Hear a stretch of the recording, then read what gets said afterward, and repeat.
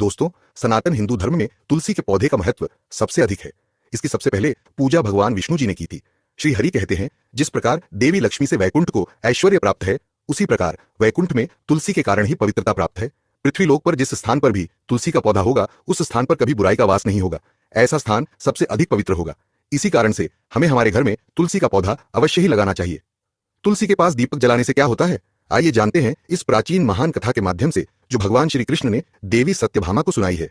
दोस्तों, एक समय की बात है, देवी सत्यभामा भगवान श्री कृष्ण के पास आकर उनसे पूछने लगी, हे स्वामी, आपने मुझे तुलसी के पौधे को जल देने का महात्म्य सुना दिया है, लेकिन तुलसी के पास दीपक जलाने का क्या महात्म्य है?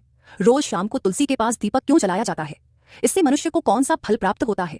तुलसी के पास दीपक जलाने की विधि क्या है तथा दीपक लगाते समय कौन से मंत्र का उच्चारण करना चाहिए? कृपया आप मुझे विस्तार से बताइए। भगवान श्री कृष्ण कहते हैं, हे देवी, आज तुमने समस्त संसार के कल्याण की भावना से बहुत ही उत्तम प्रश्न किया है। तुम्हारे इस प्रश्न का उत्तर देने से पूर्व मैं तुम्हें एक प्राचीन इतिहास सुनाता हूं, जिससे तुम्हें तुम्हारे सभी प्रश्नों के उत्तर मिल जाएंगे। शाम को तुलसी के पास दीपक जलाने से जो फल मिलता है, उसी का वर्णन मैं इस कथा में करूंगा। इसीलिए तुम इस कथा को ध्यानपूर्वक सुनना। इस कथा को ध्यान से पूरा सुनने मात्र से ही मनुष्य को 100 वर्षों तक तुलसी के पास दीपक जलाने का पुण्य प्राप्त होता है। देवी सत्यभामा कहती हैं, हे प्रभु, मैं इस कथा को सुनने के लिए उत्सुक हूँ। कृपया आप इस कथा को मुझे सुनाइए। मैं इस कथा को ध्यानपूर्वक सुनूंगी। तब भगवान श्री कृष्ण देवी सत्यभामा को वह कथा सुनाने लगते हैं। हे देवी, पूर्व काल की बात है। दक्षिण दिशा में तुंगभद्रा नाम की एक बहुत बड़ी नदी है। उसी नदी के किनारे हरिहरपुर नाम का एक अत्यंत सुंदर नगर बसा हुआ है। उसी नगर में हरि दीक्षित नाम के एक ब्राह्मण निवास करते थे। वे अत्यंत गुणवान, चरित्रवान, धर्म कार्य करने वाले तथा वेदों के मार्ग पर चलने वाले थे। उन्होंने समस्त शास्त्रों का अध्ययन किया हुआ था। उसी ब्राह्मण की एक पत्नी थी, जिसे लोग दुराचारा कहकर पुकारते थे, क्योंकि उसके कर्म ही उसके नाम के अनुसार थे। वह सदैव ही अपने पति को अपमानित करती थी, अपने पति के लिए कुवाच्य कहती थी, पति को भयंकर दुख देती थी, पति के लिए कभी भोजन नहीं बनाती थी। उसने अपने पति के साथ कभी शयन नहीं किया, कभी उसके साथ प्रेम से व्यवहार नहीं किया। पति के मित्र और परिवार के लोग घर पर आते तो वह स्त्री उनको अपमानित करके भगा देती थी और स्वयं काम भाव से उन्मत्त होकर निरंतर अन्य व्यभिचारिणी स्त्रियों के साथ घूमती रहती थी। उसका मन पति को छोड़कर पराये पुरुषों में लगा रहता था। उसने कभी अपने पति से प्रेम पूर्वक बात नहीं की, किंतु पराये सुंदर पुरुषों के संग बैठकर बातें करती थी। पराये पुरुषों को मोहित करने के लिए सज धज कर गांव में घूमने जाया करती थी। कभी वह वन में किसी वृक्ष के नीचे खड़ी रहकर सुंदर पुरुषों की राह देखती और किसी दुष्ट पुरुष को मोहित करके उसके संग भोग विलास किया करती थी। एक दिन हरिदीक्षित ने अपनी पत्नी से कहा, हे भद्रे, तुम्हारा यह आचरण उचित नहीं है। इस प्रकार से पाप करने पर तुम्हारा अहित ही होगा। इसीलिए तुम अभी से ये सब बुरे काम करना छोड़ दो। तुम्हारे इस प्रकार के व्यवहार से मुझे बड़ा दुख हो रहा है। तब उस दुराचारा स्त्री ने कहा, न जाने किस पाप के कारण मेरा तुझ जैसे भिखमंगे के साथ विवाह हुआ है। लगता है पिछले जन्म में मैंने पाप ही किए होंगे। इसी कारण से मुझे ऐसा गरीब पति मिला है। तू मेरी कोई भी इच्छा को पूर्ण नहीं कर सकता। मुझे विवशता के कारण तेरी इस झोपड़ी में रहना पड़ता है, भिक्षा में लाया हुआ भोजन खाना पड़ता है। अब और अधिक मैं इस कष्ट को सहन नहीं करने वाली। किसी दिन मैं तुझे छोड़कर अवश्य चली जाऊंगी। तेरे साथ रहूंगी तो इस जन्म में भी मेरे द्वारा पाप ही होंगे। इसीलिए अब मैं किसी अन्य धनवान पुरुष से विवाह करूंगी। हरिदीक्षित ने अपनी पत्नी से कहा, हे प्रिय, तुम इस प्रकार के अपशब्द न कहो। इस प्रकार से अपने पति को त्यागने का विचार मन से छोड़ दो। जो स्त्री अपने पति को त्याग कर पराये पुरुष के पास जाती है, उसका अहित ही होता है। उसे नरक में जाना पड़ता है। उस दुराचारी पत्नी ने कहा, नरक में तुम्हें जाना पड़ेगा, क्योंकि तुम कोई काम धंधा तो करते नहीं, भीख मांग कर खाते हो और मुझे भी झूठन खिलाते हो। पत्नी को दुखी और असंतुष्ट रखने वाला पति भी नरक में ही जाता है, और तुम्हारा घर कोई नरक की सजा से कम नहीं है। तुम्हारे साथ इस घर में रहने से अच्छा है मैं नरक में जाकर रहूं। इस प्रकार उस हरिदीक्षित की पत्नी ने अनेक प्रकार के कटु वचनों से अपने पति का अनादर किया और उसे अपमानित किया। श्री कृष्ण कहते हैं, हे देवी, जो स्त्री अपने पति का अनादर करती है, जो अपने पति का अपमान करती है, उसके घर में दुर्भाग्य ही आता है। पति को छोड़कर पराये पुरुष के पास जाने वाली स्त्री को नरक में दंड अवश्य ही भोगना पड़ता है। अब आगे सुनो, उस दुराचार स्त्री के साथ क्या होता है। एक दिन वह दुराचारिणी स्त्री वन में जाकर एक वृक्ष के नीचे खड़ी हो गई। उसका चित्त काम से भरा हुआ था। वह किसी सुंदर कामी पुरुष की राह देख रही थी, किंतु बहुत समय बीतने के बाद भी उस स्थान पर कोई पुरुष नहीं आया। इसीलिए वह अत्यंत दुखी हो गई और प्रियतम की खोज में इधर उधर देखने लगी। उस दिन उसका सारा परिश्रम व्यर्थ हो गया।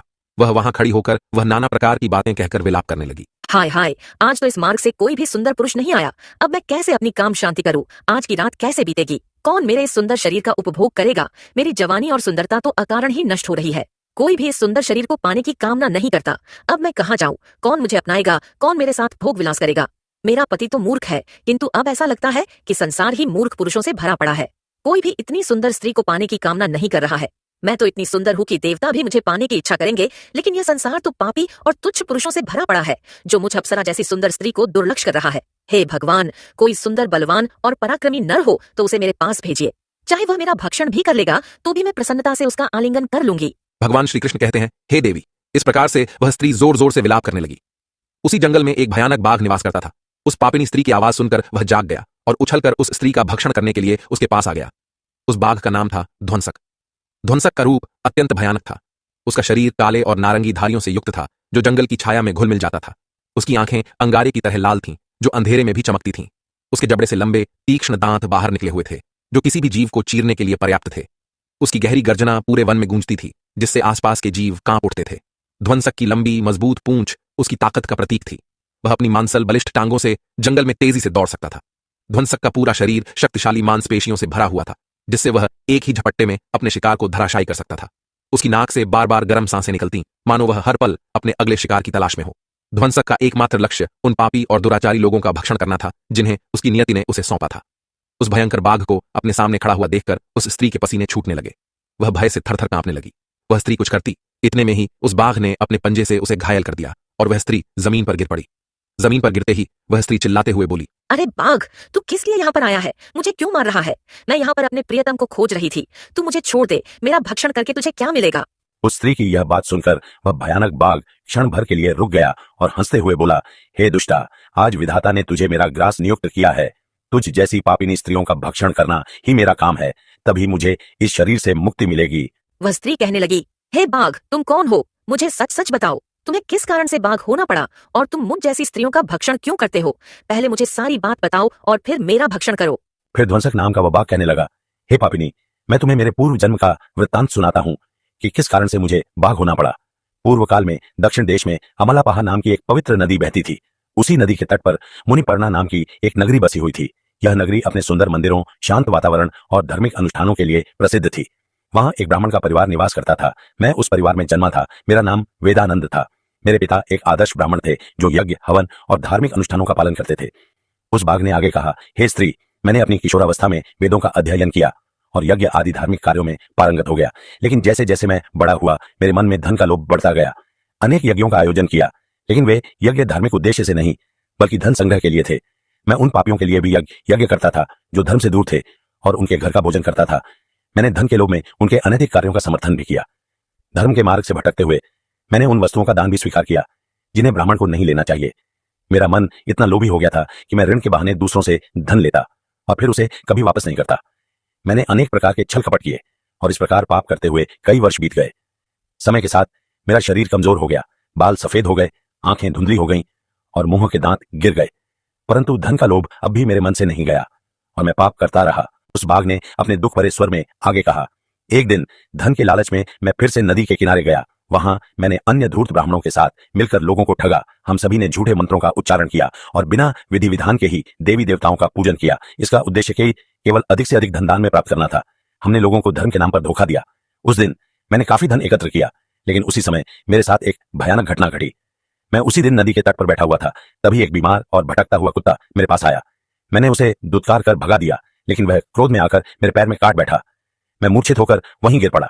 उसी क्षण मेरे प्राण निकल गए। मेरी मृत्यु के बाद यम के 2 दूत प्रकट हुए। वे काले और भयानक रूप वाले थे और उनके हाथों में जंजीरें थीं।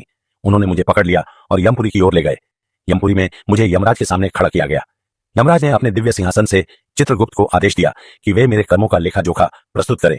चित्रगुप्त ने बड़े ही गंभीर स्वर में कहा, हे धर्मराज, यह ब्राह्मण जिसका नाम वेदानंद था ने अपने जीवन में घोर पाप किए हैं। इसने धर्म के नाम पर लोगों को ठगा, झूठे मंत्रों का उच्चारण कर यज्ञ किए और भगवान का अपमान किया। यह धन के लालच में धर्म से दूर हो गया। इसने कभी भी धर्म का पालन